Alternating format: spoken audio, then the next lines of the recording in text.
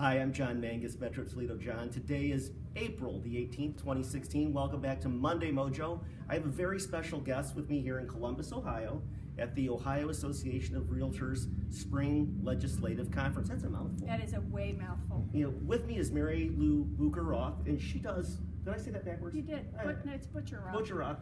Yeah, okay. He knows me well. I know. Yeah, well, I do, but see, I'm from Northwest Ohio, and Butcher and Bucher can be interchanged in my part We're of the world. good. We're okay, good. All Butcher-Roth. right. We got that out of the way. Butcher-Roth. Okay. Yeah. Well, it really is interchangeable in Yes. Northwest Ohio. Okay. Anyway, we're talking a little bit about some of the things that we run into in the marketplace. So, for instance, I have a lot of agents who are doing great and doing amazing things with their practice, but they want to text and dot loop and email everything in. Would you take a minute and talk about the power of face-to-face, one-on-one, personal contact, communication, and why that matters more today than ever? I'd love to. Now, I'm going to probably contradict you just a little bit because I think the key here is for agents to tune into that client and into the situation. All right. So you may also have the reverse of that, where you've got someone who it would be better. Absolutely.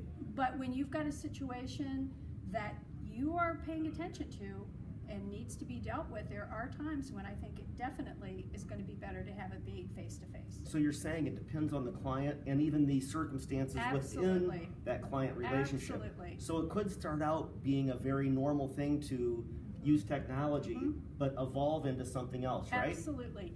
And here's the thing.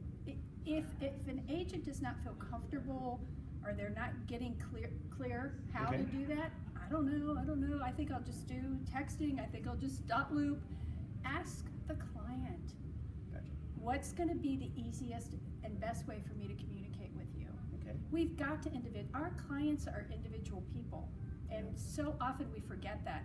So are we communicating where it's easiest for us, or are we tuning into our clients?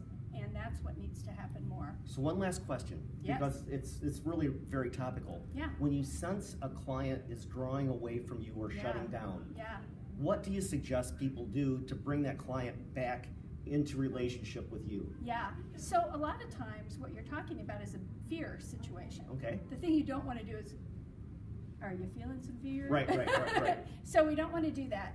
And depending on how the fear is showing up, sometimes it shows up backing away, sometimes it shows up angry, sometimes it shows up in confusion. Okay. Those are all fear flags. Okay. And it's so great when an agent can start paying attention to those. So depending on the situation again and the person, most of the time giving it just a little bit of space is going to be most helpful. Other times to go back and say, you know, I want to revisit where we started.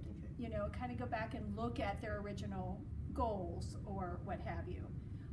But again, to do that, an agent's got to be paying attention. Got to be listening. Got to be listening and communicating and clarifying it and not assuming. Yeah. So if I make a face like this at you, you're going to assume that means I'm unhappy or something. Unhappy at the moment. Okay, but we don't ever check that out.